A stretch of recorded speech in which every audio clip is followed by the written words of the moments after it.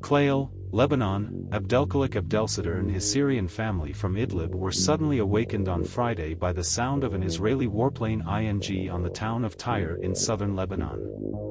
After second explosion sounded near their house, Abdelsattar, who knew the sounds of war well, ran from the house with his wife and 7 children, throwing what he described as a cow-sized boulder seconds before third bullet exploded. "My children are still afraid, they did not sleep, they had a nervous breakdown. They have been Syrian war but have never been in such a situation," Abdelsattar told Al Jazeera as he sat damaged home where debris covered families' beds and carpets.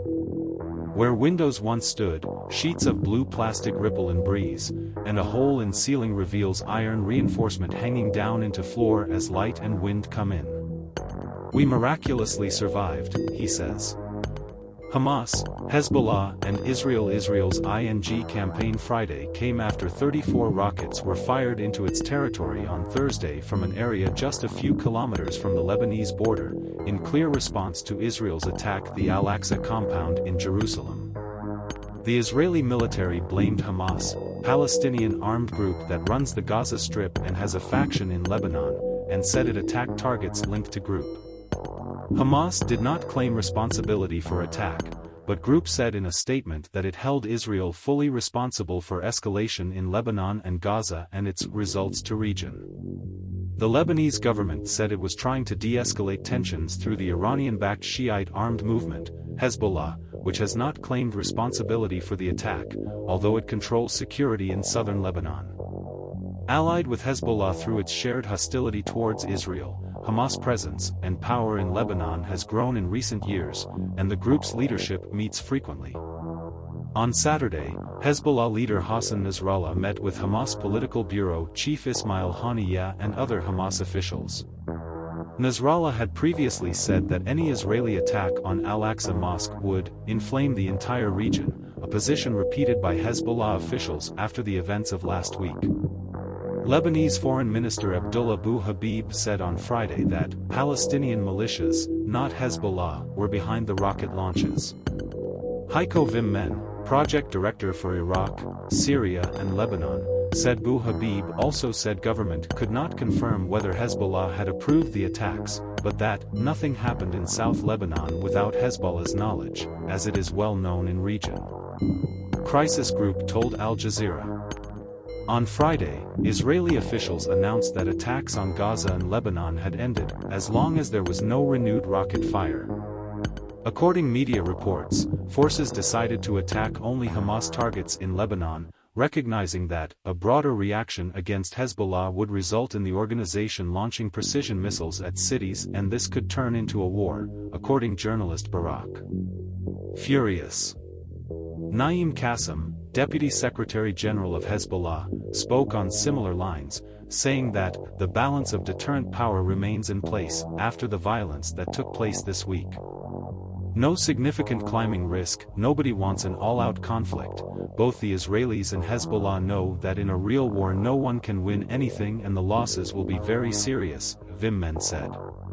According to Wimmen, in years since end of 2006 war, violence on Israel-Lebanon border has been largely unrequited and there is no risk of further escalation in relation to latest incident. But Wimmen argued that intensity attack, largest since end war on Israel on Thursday, cannot be ignored, as increase in number rockets fired increases likelihood casualties in Israel and inevitably leads to a harsher situation. Reply. Whoever is firing these missiles is definitely taking a much greater risk than in the past, Wimmen said. In Israel, you need one of those rockets to hit a supermarket with people in it, and then all hell breaks loose. Majed and Nawal, a retired couple born in Qlaileh who call themselves the product of war, have lived through it almost their entire lives and know this very well. If you're Lebanese, you have to learn to expect the unexpected, says Majed. You can't think about what could happen because anything could happen, she tells Al Jazeera. The couple are among locals who came to see site of the second that destroyed a bridge in middle of an orange farm and an irrigation project. Birds chirping replaced the roar of exploding While there have been similar posts since end Israel's war against Lebanon in 2006, this week's event was most significant since unofficial end conflict 17 years ago and evoked memories troubled times in Mainz residents. First you hear the plane, that humming sound we're so used to. Then boom. Nawal tells Al Jazeera. They have not slept since Thursday's attack.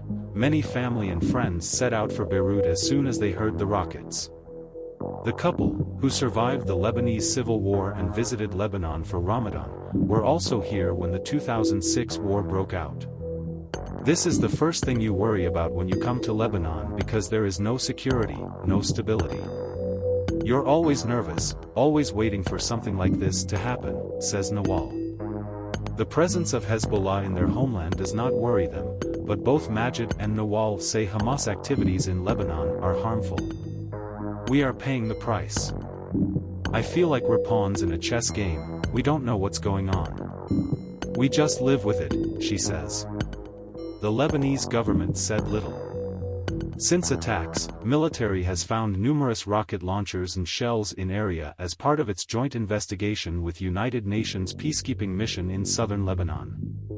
But besides that, the army's hands are tied. As a result of a past agreement with Palestinians, the Lebanese army generally does not enter Palestinian refugee camps in country.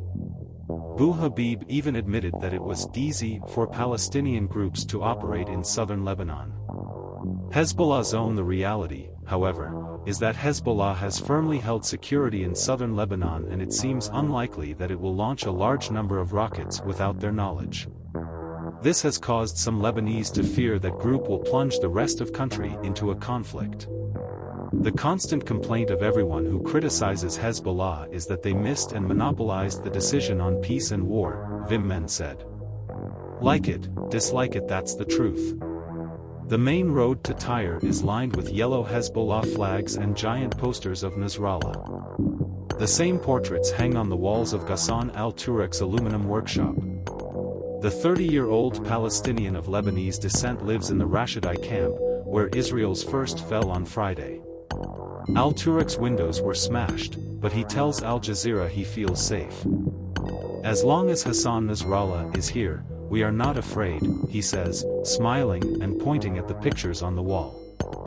Although life seems to have returned to normal in Qlaileh, people like Abdelsattar are still feeling the shockwaves. Abdelsattar drives through orange grove behind his house to the location of that nearly killed him and his family. 55 hectares of grove were damaged, and crushed oranges filled the ground, filling air with sweetness. Hundreds of bees from the hives Abdelsattar kept are on the ground, some still twitching. Abdelsattar points out that the rocket even lifted dozens of potatoes out of the ground.